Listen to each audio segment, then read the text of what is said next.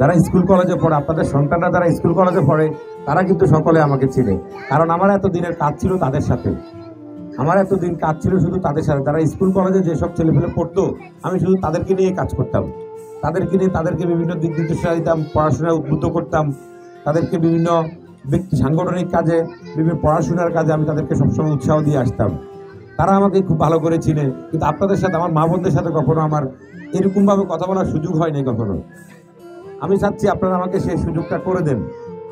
আমি ব্যক্তিগত জীবনে একজন ডাক্তার, আমি ডাক্তারি পাশ করেছি, কিন্তু ডাক্তারি পাশ করে আজকে হয়তো যদি আমি এখানে না আসতাম, আমি হয়তো এসি রুমে বসে আমি প্রেসক্রিপশন করতাম। কিন্তু সেটা না করে আমি আপনাদের সেবা করার জন্য, ডাক্তারি যেমন একটা সেবা, রাজনীতিটাও কিন্তু সেবা। দুই দিকে কিন্তু সেবা করা যায় মানুষের, তাই না? ডাক্তারি হচ্ছে অসুস্থ লোককে সুস্থ করার সেবা। আর রাজনীতি মানুষের সামাজিক, অর্থনৈতিক, তারপর আপনার সকল রকমের ব্যক্তিগত সুবিধা থেকে সকল কিছুতে সহযোগিতা কিন্তু এই রাজনীতিতে করা যায়। আমি সেই রাজনীতির পথটাই বেছে নিয়েছি আপনাদের জন্য, যাতে অন্তত আমি আপনাদের পাশে থেকে আপনাদের সেবা করতে পারি।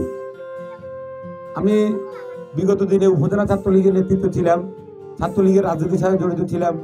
আমাদের পুরো উপজেলা যারা ছাত্র ছিল তাদের সাথে আমি ছিলাম। আমার মা বোনদের সাথে কখনো আমার এরকমভাবে উঠা বসা হয় নাই। ইনশাল্লাহ আমি প্রতিশ্রুতিবদ্ধ এখন থেকে যে আমি আপনাদের সুখে দুঃখে আমি আপনাদের পাশে থাকব। আমি আপনাদের এলাকার সন্তান, আমার বাড়ি হচ্ছে আটকোপালিয়া, আমাদের পঞ্চায়েত বাড়ি। আমি আপনাদের এলাকার সন্তান। আপনারা এই যে আপনারা কিছুদিন আগে একজন চেয়ারম্যান বানাইছিলেন, খুসরু চেয়ারম্যান, সবাই ছিলেন তো? খুসরু চেয়ারম্যান বানাইছেন না? বানাবার হরে উনি আপনাদের কথা শুনেনি, যে কথা বলেনি। আমারও যদি আপনারা যদি নির্বাচিত করেন বা চেয়ারম্যান বানান, আমার কাছে আপনাদের চাহিদা কি থাকবে? যে আপনারা আমার কাছে কোনো অভিযোগ নিয়ে গেলে, কোনো সুবিধা অসুবিধার জন্য গেলে, আমি অন্তত সুন্দর করে আপনাদের কথাগুলো শুনবো, যতটুকু পারি নিজের মতো করে চেষ্টা করবো সেটা সমাধান করার জন্য। এটাই তো নাকি? আমি ইনশাল্লাহ সেটুকু করবো, সেই সময়টুকু আমি আপনাদেরকে দেব।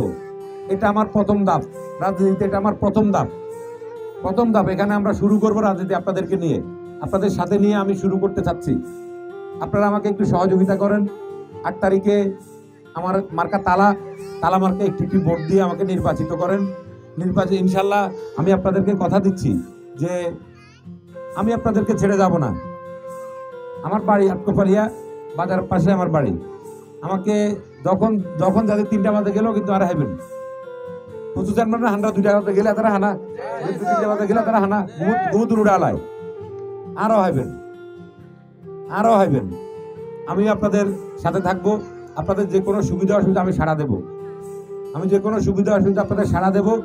চেষ্টা করবো আপনাদের যতটুকু সম্ভব আপনাদেরকে সহযোগিতা করে আপনাদের সাথে নিয়ে আমি আগামী দিনগুলো পার করব। আপনারা এখান দিয়ে আসতে যে কালভার্টের কথা বলছিলেন, কালভার্টের কাজ অল্প কয়েকদিনের মধ্যে শুরু হবে। অলরেডি কালভার্টের কাজ আপনাদের চেয়ারম্যান খুশরু মিয়ার মাধ্যমে, আমাদের প্রিয় নেতা একরামুল করিম চৌধুরীর মাধ্যমে উনি এইটার টেন্ডার হয়ে গেছে। এই যে কালভার্টটার কথা বলছেন, কাজ শুরু হয়ে যাবে।